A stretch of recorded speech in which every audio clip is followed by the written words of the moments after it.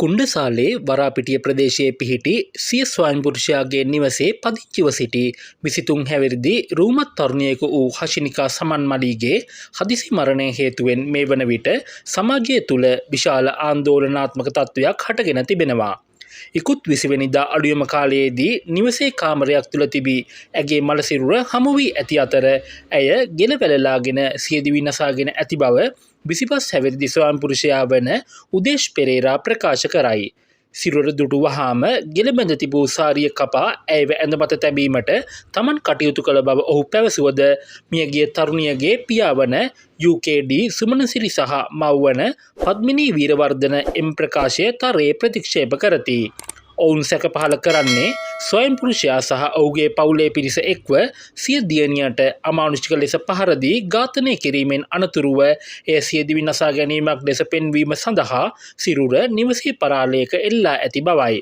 මහනුවර සුදුහුම්පල ප්‍රදේශයේ පදිංචිකාරියක වූ හෂිනිකා මහනුවර ප්‍රසිද්ධ බාලිකා පාසලකින් අධ්‍යාපනය ලබා ඇති අතර අමතර පන්තියකට සහභාගී වූ අවස්ථාවකදී ඇයට උදේශ් හමු වී තිබේ. රැකියාවක් පවා නොමැති මෙම තරුණයා සමග පැවති සම්බන්ධතාවට දෙමව්පියන් කොතරම් විරුද්ධ වුවද ඔවුන් හොර රහසේ විවාහ වී ඇත.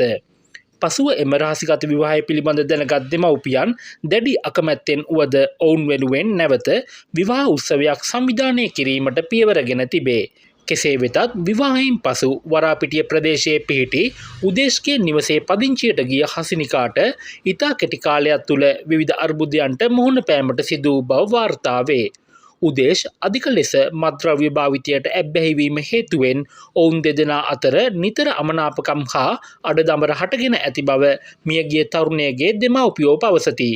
වසර එකහමාරක පමණ විවාහ ජීවිතය තුළ ඔහුගෙන් එල්ල වූ අමානුෂික වදහිංසා සහ පහරදීම් හේතුවෙන් හෂිනිකා කිහිප වරක්ම සුදුහුම්පල පිහිටි සිය මහගෙදර වෙත පැමිණ තිබේ. මේ සම්බන්ධයෙන් බලගොල්ල සහ කරලියද්ද පොලිස් ස්ථානවල පැමිණිලි කිහිපයක්ම ගොනු කර ඇති නමුත් ඒ සෑම අවස්ථාවකදීම සුදුහුම්පල නිවසට පැමිණෙන උදේශ් මින් ඉදිරියට පහර නොදෙන බවට පොරොන්දු වෙමින් ඇයව නැවත කැඳවාගෙන ගොස් ඇත. ඇගේ මරණය සිදුවීමට දින දෙකකට පෙරද පහර කෑමට ලක් වූ ඇය සිය මහගෙදරට පැමිණි අතර එහිදී දෙමව්පියන් ඇයට දික්කසාද වීම සඳහා අවශ්‍ය නීතිමය පියවර ගන්නා ලෙස උපදෙස් දී තිබේ. එහෙත් පසුදිනම පැමිණි උදේශ් දෙමව්පිය විරෝධය මැද්දේ හෂිනිකා නැවත කුණ්ඩසාලේ නිවස වෙත රැගෙන ගොස් ඇත.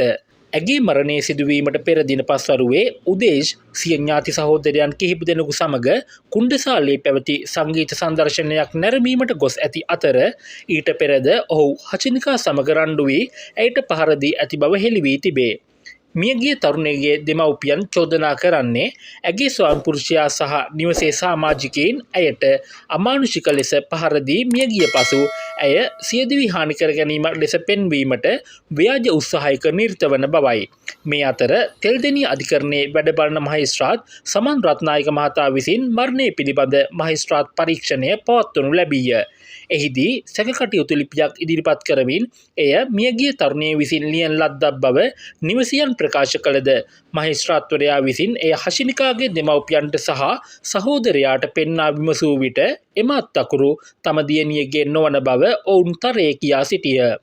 සිද්ධිය සම්බන්ධයෙන් විමර්ශන මෙහෙයවන පල්ලේකැලේ පොලිසියේ ස්ථානාධිපතිවරයා මෙය සැකකටයුතු මරණයක් ලෙස අධිකරණයට කරුණු වාර්තා කර ඇත.